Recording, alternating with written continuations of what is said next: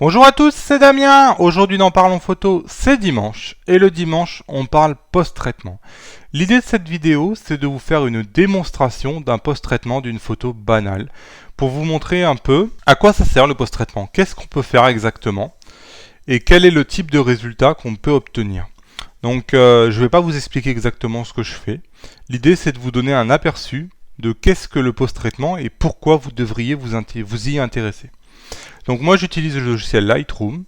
L'idée donc c'est de partir de cette photo qu'on voit.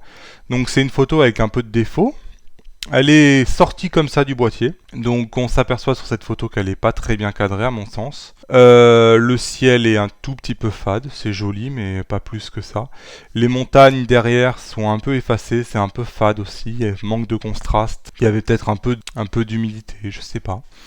On voit aussi beaucoup de zones sombres, donc c'est le cas de tous les sapins qu'on voit un peu au loin. C'est le cas aussi des maisons qui sont en contre-jour juste devant où on a la façade, cette façade orange que je vous montre là, hein, si vous suivez le curseur de ma souris. Donc cette façade orange, c'est toit. Ici, là, on a comme un conteneur aussi qui est presque noir. Donc on a toutes ces zones qui sont vraiment à l'ombre, qui rendent pas service à la photo.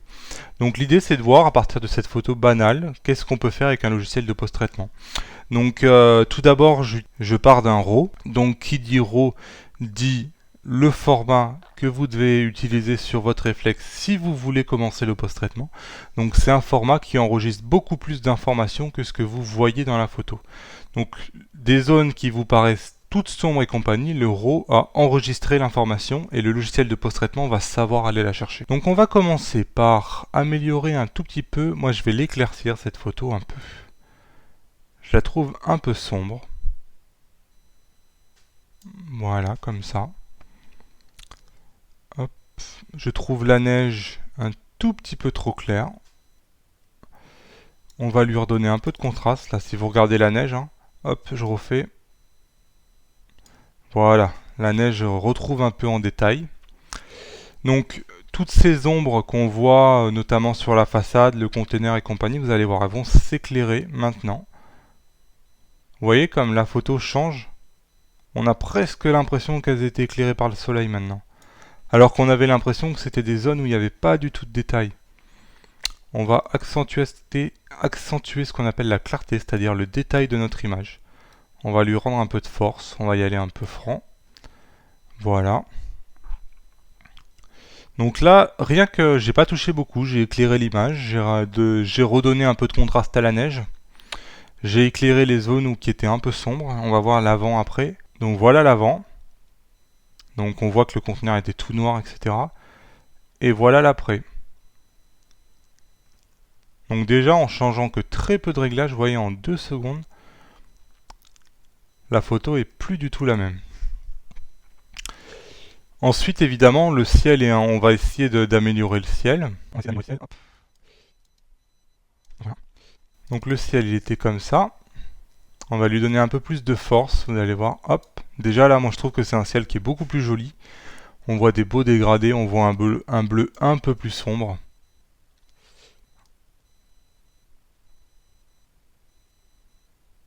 Voilà, si vous regardez bien, les montagnes se sont aussi révélées. Hop, regardez. Le ciel était comme ça. Les montagnes étaient un peu fades et qu'il y avait comme un voile devant les montagnes, ça manquait de contraste. Et voici ce qu'on a obtenu en même pas une minute, sans toucher grand chose. Donc voilà, déjà on a un ciel qui est beaucoup plus joli qu'avant, et on a des montagnes qui étaient complètement fades, un peu voilées, etc., qui sont devenues vraiment présentes, avec de la neige bien blanche, des contrastes avec des sapins un peu sombres. On voit que c'est beaucoup mieux. On va terminer juste rapidement en éclaircissant un tout petit peu la bande de sapin qui est juste au pied de la montagne. Donc là, je prends comme un outil qui s'appelle le pinceau. Et je vais lui dire, toute cette zone-là, elle me plaît pas, je vais lui dire. Moi, j'aimerais bien que elle soit un peu plus claire. Elle soit moins dans l'ombre. Regardez, les sapins s'illuminent.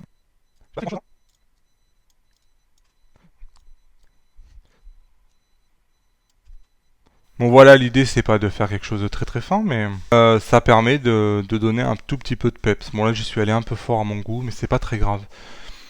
Vous avez compris l'idée. Alors on va faire un avant-après toujours. Avant, donc la photo telle qu'elle était sortie du boîtier, si j'avais rien fait, c'est la photo que j'aurais gardée. Et la photo maintenant, qu'elle est passée en post-traitement, là, depuis 2 minutes.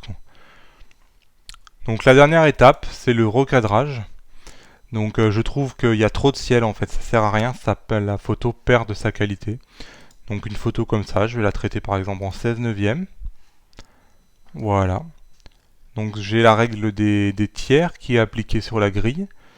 Donc je vais mettre le premier tiers sur les maisons là au niveau des toits.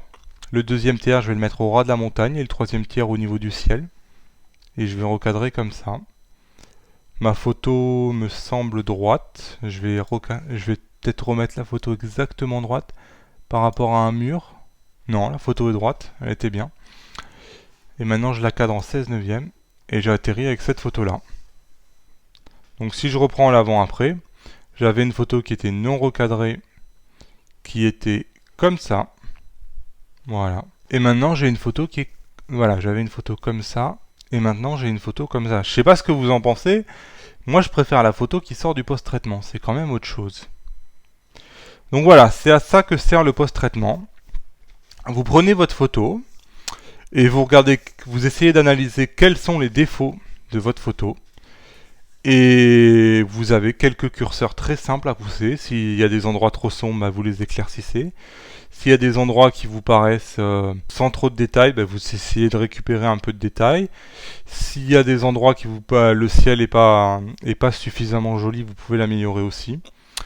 Donc vous avez quelques réglettes comme ça magiques qui vous permettent de sublimer vos photos.